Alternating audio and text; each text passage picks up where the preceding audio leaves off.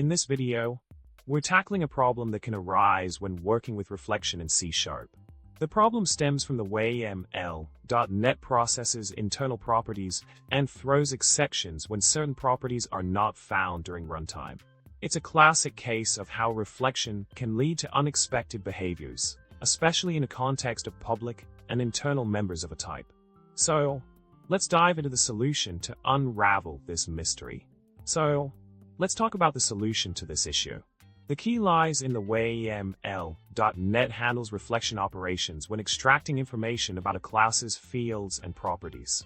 In the code snippet provided, we can see that ML.NET specifically looks for public properties and fields using the binding flags, public flag. This means that only public members are considered during the reflection process, which can lead to missing internal properties that may be crucial for the program's functionality.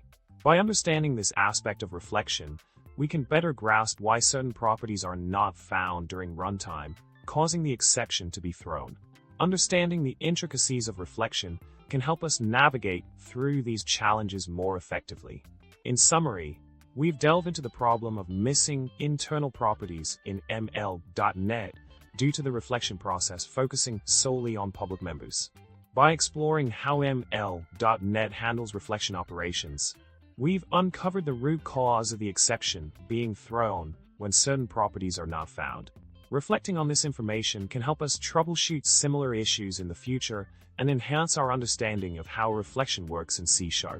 Thanks for tuning in, and remember to subscribe, like, and comment with your thoughts on this reflection roller coaster.